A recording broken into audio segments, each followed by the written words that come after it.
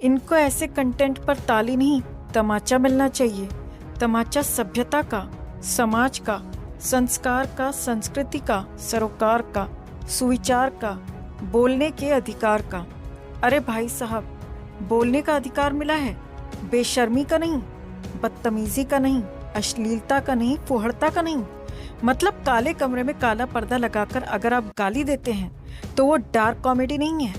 Dark comedy के नाम पर माता पिता के बारे में छिछली गंदी बातें करना, उनके प्राइवेट पार्ट्स का जिक्र करना, पैसा कमा लिया तो किसी को पैसे का लालच देकर कहना कि 2 करोड़ दूंगा आके मेरा। बात की शुरुआत से लेकर बात के अंत तक अनगिनत बार माँ बहन की गालियां देना, ये कॉमेडी नहीं हो सकती। स्पष्ट शब्दों में कहें तो ये नीचता की पराकाष्ठा है, या सीधे सीधे कहें तो खराब परवरिश का नतीजा। बुरा लग सकता है पर लगना चाहिए। अब जो किया है उसका कुछ तो आएगा। और सही कहते हैं, अतिकांत निश्चित होता है।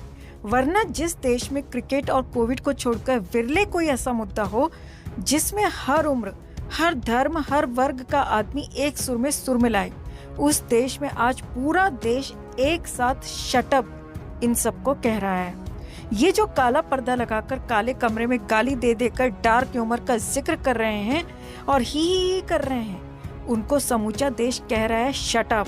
आप नजर उठाकर देख लीजिए, चाहे महाराष्ट्र का पक्ष विपक्ष हो, दिल्ली में बैठे नेता, किसान नेता, महिला आयोग, सोशल मीडिया पर लोग या हम जैसे आम, आज हर कोई कह रहा है कि इन पर कार्रवाई हो। इन 3 चेहरों को आपने कई बार देखा होगा। कहने को तीनों कंटेंट क्रिएटर हैं, इन्फ्लुएंसर्स हैं, मिलियंस में फॉलोअर हैं, नामी हैं, पैसा छापा है। लेकिन अब ये तीनों बदनाम हैं। एक एक करके इनका परिचय करवाते हैं। समय रैना का शो इंडिया गॉट टैलेंट, समय के बारे में बाद में बात करेंगे। पहले बात करते हैं अश्लील इलाहाबादिया की, सॉरी रणवीर इलाहाबादिया की। हालांकि अब सोशल मीडिया पर जितना इन्होंने ख्याति पाई है वो वल्गर इलाहाबादिया या अश्लील इलाहाबादिया के नाम से मशहूर हो रहे हैं। रणवीर वो व्यक्ति है जो अच्छे प्यार के दमखम पर अपनी इमेज एक शालीन व्यक्ति के तौर पर बनाकर रखते हैं। एक ऐसा व्यक्ति जो सनातन में भरोसा रखता है, योगा करता है, देश की बड़ी बड़ी हस्तियां उसके साथ इंटरव्यूज करती हैं, बड़े बड़े एक्टर, हीरो हीरोइन आते हैं। खुद प्रधानमंत्री नरेंद्र मोदी ने इनकी तारीफ की थी, प्रधानमंत्री ने इनको सम्मानित भी किया था, बड़े बड़े केंद्रीय मंत्री ने इनके साथ पॉडकास्ट किया था। लेकिन अच्छे प्यार के दमखम पर बनाई ये झूठी इमेज खत्म हो जाती है। समय रैना के शो में इनका सारा काला चिट्ठा दुनिया के सामने आ जाता है। खुलकर सामने आता है कि ये आदमी अंदर से कितनी घिनौनी सोच का है, इस आदमी के भीतर कितनी अश्लीलता भरी है। इस आदमी के दिमाग में शर्म, हया सब मानो घोटकर पी चुका है। एक कंटेस्टेंट से ये व्यक्ति सवाल करता है कि क्या वो अपने माँ बाप को वो करते देखता है। इससे भी आगे बढ़कर नीचता की पराकाष्ठा तब पार होती है जब उससे कहता है कि क्या उसमें वो शामिल होना चाहेगा। सुनकर घिन आ रही है, लेकिन ये हुआ है। हालांकि आपको ये भी जानकर हैरानी होगी कि गंदगी से लबरेज ये सवाल, इसका लोगो जो वो बियर वाला लोगो है, उसी की उसकी तरह एक विदेशी शो से चुराया गया था। जिस शो से इसने सवाल चोरी किया था, उसी शो से इसने लोगों का स्टाइल भी चोरी किया था। लेकिन रणवीर की गंदगी सिर्फ यही खत्म नहीं होती है। इस शो में अंदर का जो छिछला इंसान है वो और निकल कर आता है। वो जो पीआर की इमेज थी वो दूर हट जाती है और कूल बनने के चक्कर में, या कहीं की असलियत जो है वो तब निकल कर आती है जब ये व्यक्ति एक व्यक्ति से कहता है कि मैं तुम्हें 2 करोड़ रुपए दूंगा। यकीन मानिए, इसके बाद की जो बात है वो हमें बताने में भी शर्म आ रही है। लेकिन ये व्यक्ति चौड़ा करके एक कंटेस्टेंट को कहता है कि तुम मेरा करोगे, मैं तुम्हें 2 करोड़ दूंगा। हाँ, इसी वक्त 2 करोड़ दूंगा। और अगल बगल वाले हा हा हा करते हैं। यूपीआई कहाँ पर है, हम देते हैं। दुनिया जानती है कि रणवीर इलाहाबादिया ने ईमानदारी, शालीनता का चोला ओढ़कर मिलियन फॉलोअर्स जुटाए। इन फॉलोअर्स की वजह से करोड़ों रुपए कमाए।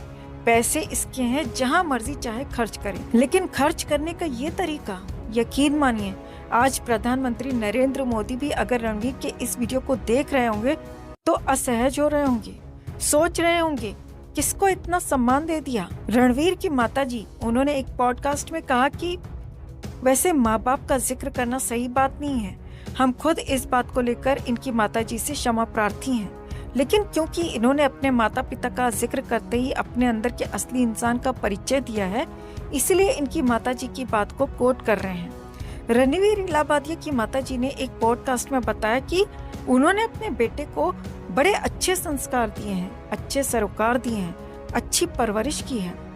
आज माताजी से हम सवाल पूछना चाहते हैं कि जिस संस्कार का जिक्र आप कर रही थी, क्या वो यही संस्कार थे, यही सरोकार था, ये परवरिश थी? क्या किसी भी सभ्य परिवार के माँ बाप ये सोच सकते हैं कि उनका बच्चा ऐसा सवाल करे, ये करने की कल्पना करे? माफ कीजिएगा आंटी जी, आज एक माता के तौर पर आपके लिए दुख है, लेकिन बड़े दुख के साथ कहना पड़ रहा है कि you failed as a parent. We are sorry, this is brutal, but सच यही है। एंड वी आर श्योर आपको भी ये एहसास हो रहा होगा। रणवीर को इस देश के तमाम दिग्गज फॉलो करते हैं। आज वो सब इसकी घटिया सोच से वाकिफ हैं। हालांकि रणवीर को शायद ये एहसास नहीं था कि ये भारत है, वो देश जहाँ पर माँ बाप को ईश्वर का दर्जा दिया जाता है। ये कोई पश्चिमी देश नहीं है जहाँ पर फैमिली की कोई वैल्यूज नहीं होती। रणवीर ने विदेशी शो से सवाल तो कॉपी कर लिया, लोगो भी चुरा लिया, मगर इस सवाल ने उसकी सोच को, उसकी परवरिश को उधेड़कर दुनिया के सामने रख दिया कि ये आदमी कितना गंदा, कितना बदबूदार, कितना घटिया है। अपने माँ बाप को आपत्तिजनक स्थिति में देखने का शौक, फिर उसमें शामिल होने का शौक। पैसा कमा लिया तो एक व्यक्ति को 2 करोड़ दूंगा, ये करोगे? छी छी, शेम ऑन यू। अब बात करते हैं दूसरे शख्स की। नाम है अपूर्वा मखीजा। मोहतरमा खुद को इन्फ्लुएंसर कहती हैं, पर आप इनको अराजकता की निर्विवाद क्वीन कह सकते हैं। अपना निकनेम रखा है इन्होंने द रेबल किड। हमारे देश में, जिसमें महिलाओं को देवी का दर्जा मिला है, जहां बातें होती हैं कि महिला पुरुष कंधे से कंधा मिलाकर चलें, वहां ये मोहतरमा किसी और क्षेत्र में आगे बढ़ रही हैं। एक कंटेस्टेंट से कहती हैं कि शादी करना चाहती हैं, 6 फीट 4 इंच का मर्द चाहिए, लेकिन उससे आगे उसके पैंट के अंदर भी 6 इंच का कम से कम होना चाहिए। अपने मम्मी के प्राइवेट पार्ट का जिक्र करके उससे कहती है अपनी माँ के अलावा किसी और का देखा है। और हैरानी की बात यह कि इनके भी चाहने वाले हैं जो इन सब बातों को जस्टिफाई करने की कोशिश करते हैं, इन बातों को नॉर्मलाइज करने की कोशिश करते हैं। इनको देश के बड़े बड़े कॉलेजों में निमंत्रण दिया जाता है, ये वहाँ जाती हैं। क्या आज की पीढ़ी माँ के निजी अंगों का जिक्र करके उसे डार्क कॉमेडी के नाम पर नॉर्मलाइज कर सकती है? सोचने वाली बात है। सोचिएगा, देश की तमाम महिलाएं, देश के तमाम माता पिता, भाई बहन, सोचिएगा। इन्होंने एक कंटेस्टेंट से पूछा कि जहाँ से पैदा हुआ अपनी माँ के अलावा किसी और महिला का वो देखा है? फिर एक बहुत मोटी वाली गंदी छिछली गाली, जिसे हम नहीं बोल पाएंगे। महिला होकर महिला को गाली देना अब फैशन है। सवाल है, ऐसा कौन सा ट्रेंड सेट कर रहे हैं ये लोग? सवाल ये भी कि क्या इनके माँ बाप हैरान नहीं होते? क्या वो ये सब नहीं देखते? बदतमीजी और फुहड़ता की इस इंतहा को देखकर क्या इनके माँ बाप असहज नहीं होते? क्या ये लोग जो इंस्टाग्राम को गंदगी का अड्डा बना चुके हैं? और बात सिर्फ अपूर्वा की नहीं, ऐसी बहुत सारी लड़कियां हैं सोशल मीडिया पर जो दिन रात कपड़े खोलकर पैसा कमा रही हैं। क्या इनके माँ बाप भाई बहन नहीं है? क्या वो असहज नहीं होते? क्या अपूर्वा अपने माँ बाप भाई बहन के सामने भी ऐसे शब्दों का इस्तेमाल कर सकती है? और वो कैसे माँ बाप हैं जो अपनी बेटी के इस तरह के व्यवहार पर शर्मिंदा नहीं है? या फिर ये मान लें कि वो जो गाना था ना, बीवी न बच्चा न बाप, बड़ा न भैया सबसे बड़ा, माँ बाप भी असहजता को विटामिन एम से शांत कर लेते हैं कि पैसा आ रहा है। सोचिएगा और इसको नॉर्मलाइज होने मत दीजिएगा। ये नॉर्मल नहीं है, ये नॉर्मल नहीं है, ये हमको आपको सोचना समझना है। खैर, अब आते हैं उस व्यक्ति पर जिसने इस कार्यक्रम की शुरुआत की। नाम समय रैना। सच कहें तो कश्मीर से आने वाले समय रैना की शुरुआती दौर में खुद का मजाक उड़ाती कुछ वायरल क्लिप्स जब आती थी सामने, तो कई बार हम भी गुदगुदा लिया करते थे कि ये व्यक्ति अपना ही मजाक उड़ा रहा है। फिर धीरे धीरे जब और क्लिप्स आने लगी, तब समझ में आया कि समय रैना ने गिरने को ही उत्थान मान लिया है और कॉमेडी के नाम पर अपने माँ बाप, नानी, नाना सबको बेच डाला है।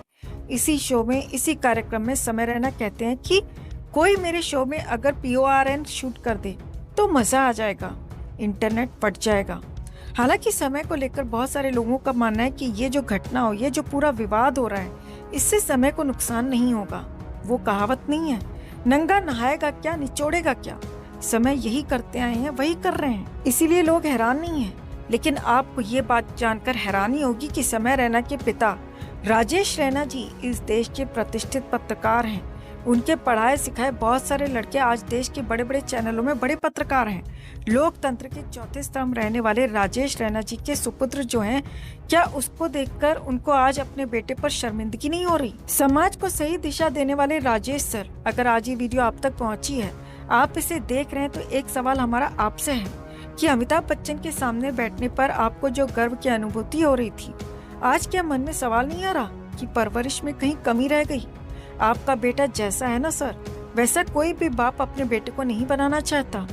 हो सकता है आपके घर में ज्यादा पैसा आ रहा हो सकता है अब आपकी पहचान बदल गई हो, बेटे के नाम से पहचाने जा रहे हो, लेकिन अगर गिरने को उत्थान आप भी समझ लेंगे सर, तो फिर तो हो चुका। क्या इन वीडियोस को देखकर आप भी असहज नहीं होते? आपने भी सब्सक्राइब किया है? काले पर्दे काले उसमें माँ बाप की बहन की गालियां देना, क्योंकि जिनसे हमने आपके बारे में पूछा वो आपको एक सभ्य व्यक्ति बताते हैं, आपकी इज्जत करते हैं, सम्मान करते हैं, और इसीलिए हमारे मन में सवाल आया, कैसा बेटा है?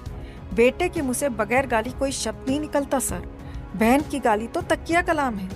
जब पढ़ने लगे तो पता लगा कि स्टैंड अप कॉमेडी के डेज से ही हर एक्ट में हजारों गालियां दी हैं। फिर गालियों का नया अड्डा खोला, नाम दिया इंडियाज गॉट लेटेंट। शो की थीम ही गाली है। जो जितना गाली देगा, जितना नंगाई करेगा, जितना फुहड़ता को पार करेगा, उतनी ज्यादा उसको प्रसिद्धि मिलेगी। मतलब गाली भी छोटी मोटी नहीं। जिस शो में अपूर्वा रणवीर के चरित्र का काला चैप्टर खुला है, उसमें भी समय रैना धारा प्रवाह गालियां दे रहे हैं। और उससे पहले कितने शोज आए हैं, और आपके बेटे को तमन्ना है कि कोई लाइव पीओआर दिखाए, लाइव पीओआर कर दे। और इससे पहले भी एक महिला आई थी, बहुत कुछ वायरल हो चुका है इस शो में। हैरानी होती है, कौन बनेगा करोड़पति जैसे प्रतिष्ठित शो में बुलाया गया था। शर्म आती है कि अमिताभ बच्चन जैसे कद के अभिनेता के सामने ऐसे लंपटों को बिठाया। हालांकि उस शो में समय खुद कहते हैं कि अमिताभ बच्चन नायक हैं और मैं नालायक। सही कह रहे थे सर। न भाषा की तमीज है, न परिवार का संस्कार। सर गाली देने को धंधा बना लिया, गिरने को उत्थान समझ लीजिए। उफ, क्या कहा जाए, सोचिएगा सर। पैसे की इतर भी दुनिया समाज है जिसमें आपको भी रहना है। हो सकता है आपको फर्क ना पड़ता हो, लेकिन ये सोचकर देखिएगा कि आपको फर्क ना भी पड़ता हो, लेकिन बहुत माँ बाप होंगे जिनके बच्चे ऐसे बन जाएंगे तो उनको फर्क पड़ेगा। आपकी आज़ादी आपको मुबारक, लेकिन ये किसी और के दुख का कारण न बने। इसीलिए कम से कम एक बार अपने बेटे से बात कीजिए, बाकी आप खुद समझदार हैं। खैर, इन तीनों ने अपने शो में सभ्यता की नथ उतार ली। हमें नहीं मालूम कि इनकी अश्लीलता पर कौन कौन कहाँ कहाँ ठहाके मार रहा है, मगर इतना जरूर है कि अश्लीलता देश के एक बड़े वर्ग को रास नहीं आई। महाराष्ट्र सरकार के कई मंत्रियों और नेताओं ने इस पर सवाल खड़े किए। खुद महाराष्ट्र के मुख्यमंत्री देवेंद्र फडणवीस ने कहा कि अभिव्यक्ति के भी नियम हैं, अगर कोई उसे पार करेगा तो कार्रवाई होगी। इन पर मामला भी दर्ज किया गया है। उधर आक्रोश की आग फैलने के बीच जब विरोध के तीर निकलने लगे और जब लगने लगा कि भैया करियर दांव पर है, कार्रवाई हो सकती है, फजीहत हो रही है, सोशल मीडिया पर लोग गालियां दे रहे हैं, आईना दिखा रहे हैं, अनफॉलो कर रहे हैं, मुख्यमंत्री ने बयान दे दिया है, महिला आयोग एक्टिव हो गई है, देश के अलग अलग राज्यों में एफआईआर हो रही है, तब रणवीर साहब सामने आते हैं और माफी मांग लेते हैं। लेकिन फिर वही बात, माफी कब मांगी? मुख्यमंत्री के बयान, महिला आयोग की शिकायत के बाद, सोशल मीडिया पर लानत मलानत के बाद, वरना इन्होंने भी अपना कमेंट सेक्शन बंद करके बचने की पूरी कोशिश की थी। इसीलिए हमको लगता है कि जो किसी ने कहा था ना कि a forced apology is never from the heart, कानून अपने हिसाब से काम करेगा। समाज के तौर पर माफ करना है नहीं करना है वो आपका अधिकार है, उसमें हमारा कोई हस्तक्षेप नहीं है। इसीलिए वो फैसला हम आप पर छोड़ते हैं। लेकिन जरूरी जो है वो ये है कि इस तरह की अश्लीलता पर रोक लगे। बहुत जरूरी है ऐसी कठोर कार्रवाई हो कि कोई भी ऐरा गहरा नत्थु खैरा सोशल मीडिया पर गंदगी फैलाकर उसे नॉर्मलाइज करने की कोशिश करने के पहले 50 बार सोचे। ये जरूरी है, अपने लिए ना सही, अपनी आने वाली पीढ़ियों के लिए जरूर सोचिए। ये सोचिए कि क्या आप अपने बच्चों का ऐसा देखना चाहते हैं? क्या आपकी बीवी, आपका पति ऐसा हो चलेगा? बाकी आपकी मर्जी, आपका फैसला। जय हिंद।